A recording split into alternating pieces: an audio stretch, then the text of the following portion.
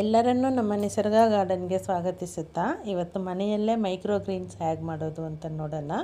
Micro green ಮಾಡೋದಕ್ಕೆ ನಮಗೆ ತುಂಬ ಈಸಿ ಮೆಥಡೇನೆ ಇದು. ಫಸ್ಟು ನಮಗೆ ಯಾವ್ಯಾವ ಮೈಕ್ರೋ ಗ್ರೀನ್ ಬೇಕೋ ಆ ಕಾಳುಗಳನ್ನು ನೆನೆಸ್ಬಿಟ್ಟು ಮೊಳಕೆ ಕಟ್ಟಿಟ್ಕೊಬೇಕು. ನಾನೀಗ ಮೊಳಕೆ ಕಟ್ಟಿರೋದನ್ನೇ ಹಾಕಿದ್ದೀನಿ, ಸ್ವಲ್ಪ ಬೇಗ ಆಗುತ್ತೆ ಅಂತ ಅಷ್ಟೇ. ಒಂದಿನ ಮೊಳಕೆ ಬಂದರೆ ಸಾಕು. ನಾನು 1.5 ದಿನ ಬಿಟ್ಬಿಟ್ಟೆ, ಮೊಳಕೆ ಸ್ವಲ್ಪ ದೊಡ್ಡದಾಗಿ ಬಂದಿದೆ. ಇಷ್ಟು ದೊಡ್ಡದು ಬೇಕಿಲ್ಲ, ಚಿಕ್ಕದಾಗಿ ಬರೋಕ್ಕೆ ಶುರುವಾದಾಗಲೇ ನಾವು ಹಾಕ್ಕೊಬೋದು.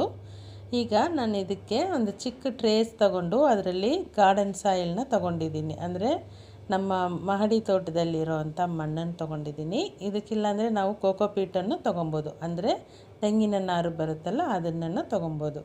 ತಗೊಂಡು ನಾವು ಮೊಳಕೆ ಕಟ್ಟಿರೋಂಥ ಕಾಳುಗಳನ್ನ ಲೈಟಾಗಿ ಈ ಥರ ನಾನು ಹಾಕ್ತಾಯಿದ್ದೀನಲ್ಲ ಆ ಥರ ಹಾಕ್ಕೊಬೇಕು. ದಟ್ಟವಾಗಿ ಹಾಕಬಾರ್ದು, ಒಂದ್ರ ಮೇಲೊಂದು ಬೀಳಂಗೆ ಹಾಕ್ಕೋಬಾರ್ದು. ಸ್ವಲ್ಪ ದಟ್ಟವಾಗಿರಬೇಕು, ಆದರೆ ಒಂದ್ರ ಮೇಲೆ ಒಂದು ಜಾಸ್ತಿ ಬೀಳಬಾರ್ದು. ಆ ಥರ ಹಾಕ್ಕೊಂಡು ಮೇಲ್ಗಡೆ ನೀರು ಚಿಮ್ಕಿಸ್ಬಿಟ್ಟು ನಾವು 2 ದಿನ ಇಟ್ವಿ ಅಂದರೆ ಮೊಳಕೆ ಗಿಡವಾಗಿ ಕನ್ವರ್ಟ್ ಆಗೋದು ಗೊತ್ತಾಗುತ್ತೆ.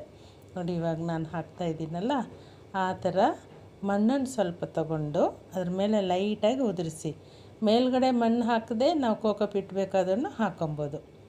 ತುಂಬ ಜನ ಕೋಕೋಪೀಟಲ್ಲೇ ಬೆಳೀತಾರೆ, ಮಣ್ಣು ಸಿಗಲ್ಲ ಅಂತ. ನಮ್ಮ ಗಾರ್ಡನ್ ಇರೋದ್ರಿಂದ ನಾನು ಗಾರ್ಡನ್ ಸಾಯಿಲ್ ತೊಗೊಂಡಿದ್ದೀನಿ. ಈ ಥರ ಲೈಟಾಗಿ ಹಾಕ್ಕೊಂಡು ಇದ್ರ ಮೇಲೆ ನೀರನ್ನು ಚಿಮ್ಕಿಸ್ಬಿಟ್ಟು ಇಟ್ಬಿಟ್ಟಿವಿ ಅಂದರೆ 2 ದಿನದಲ್ಲಿ ಈ ಮೊಳಕೆ ಎಲ್ಲನೂ ನಮಗೆ ಗಿಡವಾಗಿ ಕನ್ವರ್ಟ್ ಆಗೋದು ಗೊತ್ತಾಗುತ್ತೆ. ಅದು ನಾನು ನೆಕ್ಸ್ಟ್ ಶಾರ್ಟಲ್ಲಿ ತೋರಿಸ್ತೀನಿ ಎಷ್ಟು ಮಟ್ಟಿಗೆ ಅದು ಕನ್ವರ್ಟ್ ಆಗಿದೆ ಅಂತ. ಈಗ ಇದು ಪ್ರೈಮರಿ ಸ್ಟೆಪ್, ಅಂದರೆ ಮೊಳಕೆ ಕಟ್ಟಿದ ಕಾಳುಗಳನ್ನು ನಾವು ಮಣ್ಣಲ್ಲಿ ಹಾಕ್ಬಿಟ್ಟು ಅದ್ರ ಮೇಲೆ ಒಂದೊಂದು ಲೇಯರ್ ಮಣ್ಣು ಹಾಕಿ ಈ ಥರ ಹಾಕ್ಬಿಟ್ಟು ನೀರನ್ನು ಚಿಮ್ಕಿಸ್ಬಿಟ್ಟು ಇಟ್ಬಿಡಬೇಕು.